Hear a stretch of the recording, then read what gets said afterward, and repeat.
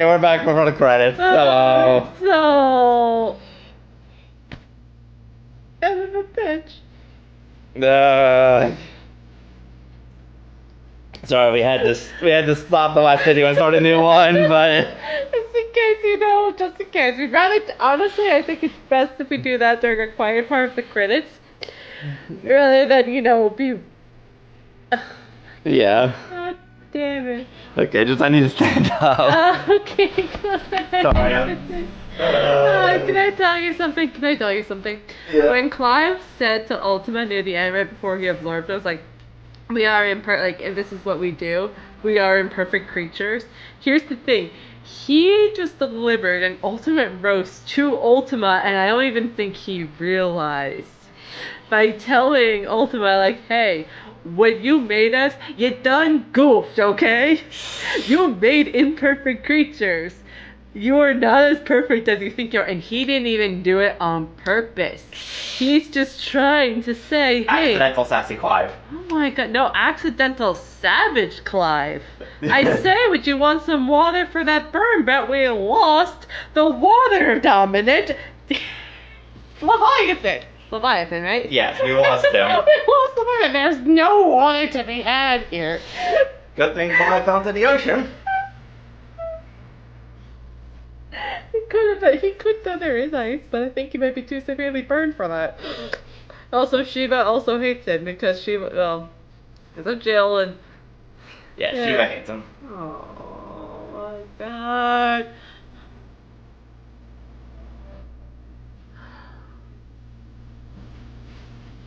What? Oh my god, where? How upset would you be if we get to the end and it turns out that only Clive's arm was stoned and he was actually mostly okay? Honestly, I would be a little mad I would be quite mad at the game for making us think that. I'd be relieved that he's alive. I don't want to know, like, even no matter what, dead or alive, does anybody find him? Does anybody find Joshua? Does anyone find Dion? Again, I don't know if they can find Dion. I think they definitely might be able to find Clive's body at least, because he's on a beach. So yeah, but where? Where the hell is that beach? well, probably on the border of that crystal, because that crystal was that capital city that was an island. Yes. So they probably search around there. They'll probably just find him lying on the beach, and it's like, God damn it! I know. You know, Joshua, you're like Dion. I can somewhat understand. I don't know if they'll find Joshua or not. Because like Joshua did not fall from the same height. He was on the platform, but the platform was falling apart. Yeah, I do that now. Okay. Either it crumbled and dumped him into the water or the land or whatever, or it crashed down to the ground. In which case, that's not gonna be pretty. But I feel like if it crashed down, there'd be like an earthquake or something. There'd be some. They fell into the water for sure, because that entire island was the capital, and it was in the sky. So I'm pretty sure they fell in the water. Yeah, but even still, that amount of landmass falling from that up high, even if it's crumpling, there'd be something, There'd be changes in the water pattern. You'd have a tsunami. Maybe there's gotta be something, unless it completely dissolved away. And from how peaceful the water looked around Clive, it wouldn't surprise me. Not only that too, but he fell in the water and then is able to wash up on the shore in one piece. What is this game? Final Fantasy. Hey, ask silly question and get silly response. Get silly response. Say silly response. Get potassium by fiance. I'll keep that in mind next time. Potassium. God damn it. We don't even have mail that I can scream about when this is over. Why do we have mail? Yes, but this is why I love playing video games for dramatic stories. Boink, boink, boink, boink. I hate this game. I hate these stupid, adorable little boys.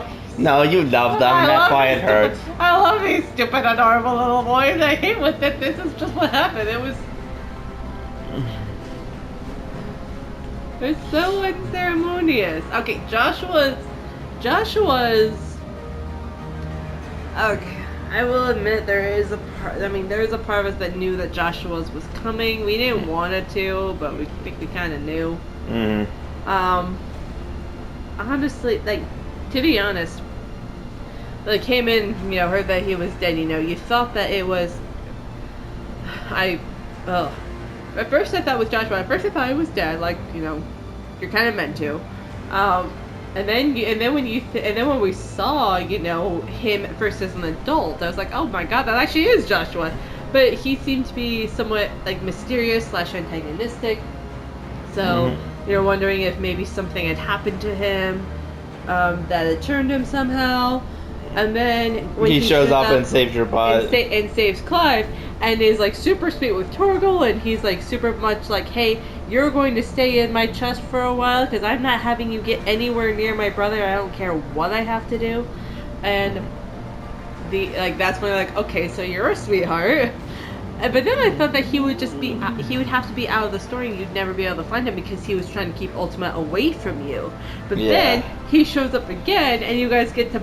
And even when you then you guys get to bond, and he gets to join you on story quests and side missions. And you're like, this is amazing. I didn't think we'd get anything with him. And then this happened. And on one hand, it's kind of like it makes sense, but at the same time, it's still just like, why? On one hand, it's almost. On one hand, it's so much. What we got with Joshua was so much more and so much better than I would have thought we got. And I was actually thinking, like, I remembered saying to you, I was like, I feel like we're on borrowed time with him. So the fact, and he's honestly in the story so much more than I thought he would be, and he's so darling that I was like, I'm just happy to have him here for however long as he's here. So, like, on one hand. Honestly, I can't exactly say it's better because obviously this was terrible, but there was something that was it didn't mitigate it as much as I thought it would. I thought, even if he does, I remember we were talking, you were so worried that he was going to die, and I didn't want him to die either. And I remember thinking, because we got so much time with him, maybe it will mitigate it. It really doesn't. It really doesn't, dear God. It makes it worse. It actually, you're right. Especially with all the side quests you do alongside him. That makes it even more worse. I know. And he's just, oh my god, he's darling. He's so cute. He's just a light boy. And also, too, like, him and Clive, oh my god, the relationship between him and Clive. Like, I'm a sucker for sibling relationships. I've noticed. I know. You know what? But I have to admit, like, Clive definitely opened up a lot more, and he definitely bonded with every, like, all of the people that in the hideaway and the people he got to know. But he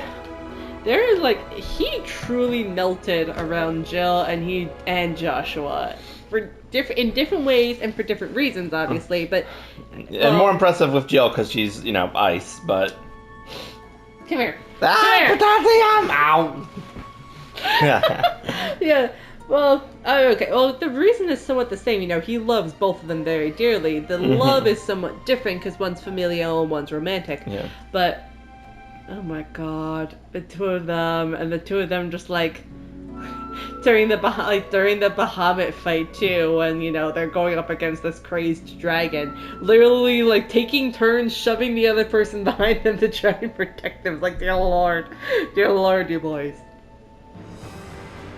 And that scene near the end too, when you get the little when you get the flashbacks of them and like Grumpy Clive, well, I'm presuming he's grumpy. It's kind of his default state of being. But grumpy teenage Clive is standing there on the balcony, and then little tiny Joshua goes up, and all he has to do is hold his hand, and then that's enough, And then you get the blessing, and then they wink, and the scene when he was first born was the cutest thing. Oh my gosh. There is a picture in like a baby scrapbook in my parents' house. That's me. There's a couple of years between me and my sister. And this was taken not too long after I was born. So she's, like toddler, she's almost 3. And we're in the back porch. I don't know what was going on. I don't really know what was going on. I don't know if we were just hanging back there, if we had company over or what. I'm like in the little like bassinet and stuff. I'm asleep. And I got that little blanket on me. I got these tiny little yellow socks on. I am dead to the world. And she comes over, and the picture is just her bending over the cradle and kissing my forehead. Aww. And it is like the sweetest thing. It's one of my favorite pictures of the two of us when we're that little, And apparently when I was born, she was very excited to like be a big sibling. Even if this meant eventually sitting on your head. She did eventually sit on my head. Yes, the two are apparently not mutually exclusive. Yeah, and then we have this. Sorry, just showing me this random picture. But yeah, there's apparently there's she read like the children's storybook of the Lion King to me, and I'm looking at the camera. I'm not paying attention, but I'm like I'm like 6 months old. We took baths, and she was rocking me. Like there's one too where she's like rocking me or laying down next to me, and I'm sobbing my eyes out, and she's petting my head. And apparently for a while she called me her baby. Mm-hmm. She was just very excited to be a big sibling, and I wonder if we're gonna get a scene after all of this, though. What if we don't? What if this is literally just the end? What if there's nothing else after this? It's just it. It's just gonna be me talking about childhood pictures for a while. Oh, yeah. As this name of credits goes up, but hey. While the dramatic boss music plays in the background. Yeah, really. Yeah. What about you? Do you remember what it was like when Pie Slayer was born? Because B was like only about like just a little over 2 when I was born, but there's like 8 years between you and your brother. I don't know. I do remember that his eyelids were red with what they call angel's kisses, and I remember that he was tiny. I remember like there was a point when he was crying and I was like trying to give him his pacifier, but he was like he didn't want it, and so he would just like have it and then like let it fall out and start crying again. And the only thing I remember is that once he was able to crawl, because this was when my GameCube was in like our family room, he would go up to it and just keep pushing all the buttons on it. And when we tried to put him in like the little like baby playpen with like the high like cage walls, he would try to climb it and almost tip it over. So instead we decided, you know what? We're gonna put the GameCube inside the little baby playpen thing, because it was like a big like hexagonal thing that you could like stand in to give him plenty of room. It's like, we're gonna put me in that with the GameCube, and then he'll be on the outside so he can't push the buttons, and he'll have the whole family room to play it.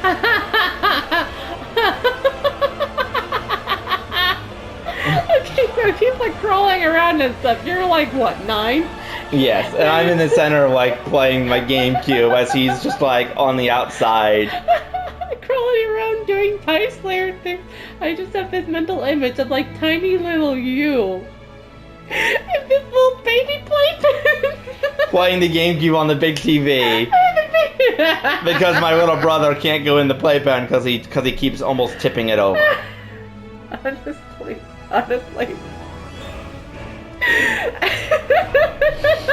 That tracks so hard. I am not going to lie. I feel like me in the video games.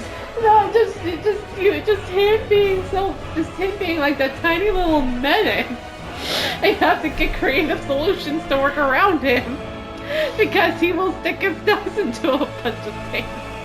Mm-hmm. Okay, I will say that tracked a little bit more when he was like when we were younger, when he when we were in high school and he was like, young.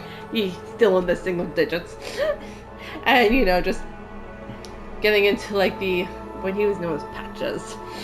Yeah, that nickname. I know. He had a lazy eye, so he had like the eye patch on, and Yeah, marching band will turn anything into a nickname if you can.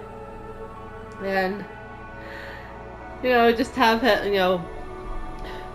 there's some time he was like, oh my gosh, he was like a little menace when he was younger.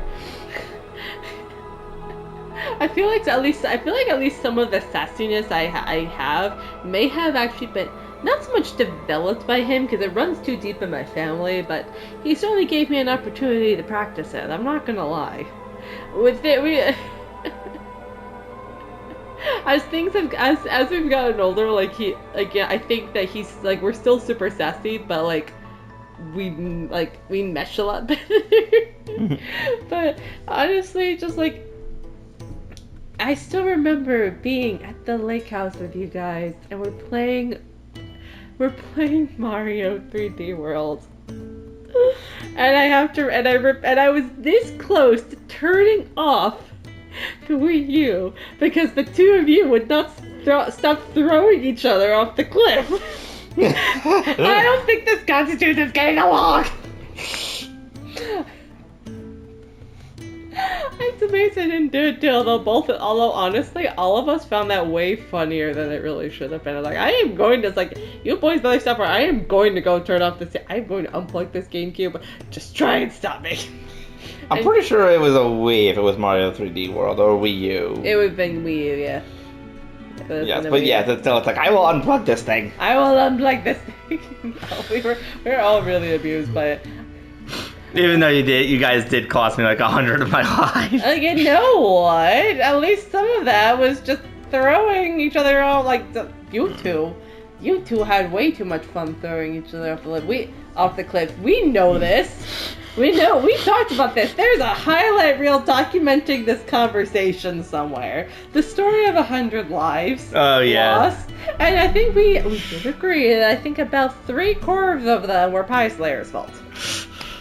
And considering what happened, then of course there's also the time when you wanted to do Champions Road with us, and we were honestly just in bubbles the entire damn time, because... Yes, because we needed to, it was a really, really difficult level, and I wanted to get through it with you guys helping me, so I did not need to beat it 5 times. We didn't help you. We stayed in the bubbles. In fact, when you died, because we were still in the bubbles, we all died. We had to start from the beginning anyways. It was not nearly as helpful as you wanted it to be. I know.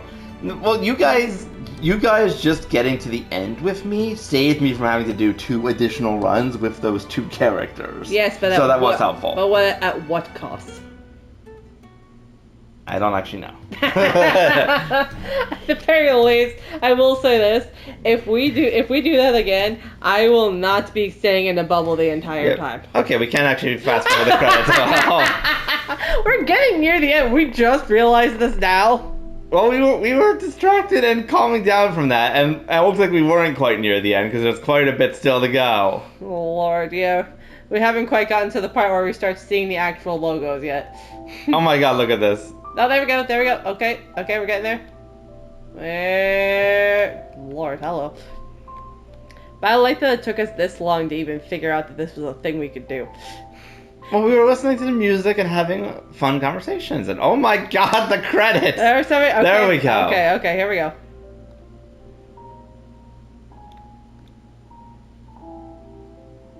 Wait for it. Okay. Are we actually going to get any additional cutscene? What if we don't? I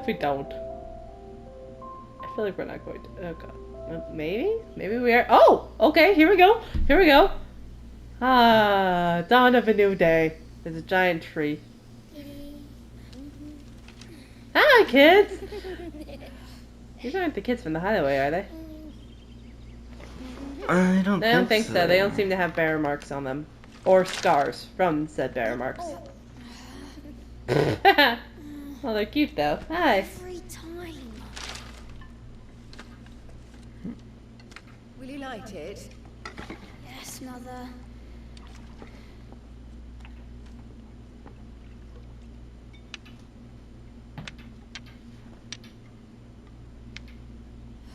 You can do it. Come on. If only I had the flames of an icon.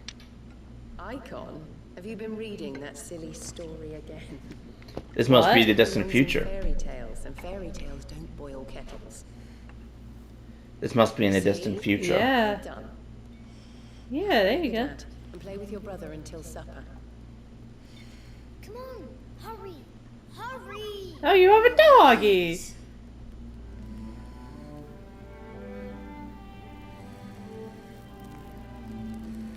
At least nice to know that the world's at least pieces of the world have brightened up. Look at that. Look at the flowers. Yeah. Look how happy everyone is. Let's play the saint in the secretary.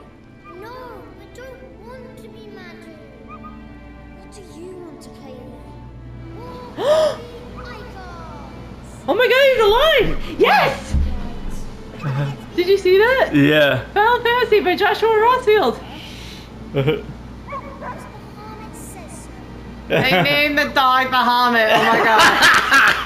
He's alive! Yes! Or he survived and long enough to write a book. Yes! Well, still, you know what? Anything is better Yeah. than him dying up there, unable to come back. One journey ends, a new one begins, I'm guessing. Falling Star! Oh, what's that one for? Can we fulfill a legacy? Aww, 64% of people get there. Create game clear data. Okay. Ah. Back to the origin complete. But he survived. He did survive. Yeah. New Game Plus is now available. This option allows you to start a new game with player and data carried over. The gameplay mode Final Fantasy is also now available for exclusively with New Game Plus. Oh, wow. Increased enemy strength, increased player level cap up to 100, Wow. new gear, and mode exclusive content. Okay, I don't know if right now I'm going to go through all of that again, Oh my god. but still. Oh, he's alive. Oh Yeah. god, at least somebody survived that mess. Yes, but that is our playthrough of Final Fantasy XVI. Oh. We hope you all enjoyed it. And we will see you all the next time we record or play something on this console. Who even knows? Yep. But for now, thank you for taking this very long journey with us in the short, less than hour increments because recordings. Yes, and we hope that you all had a great time. Because we did too. Yeah. Alright, thank you all so much for tuning in. Good night, Internet. We're off to go scream a little bit, and by we I mean me. Yep, good night, Internet.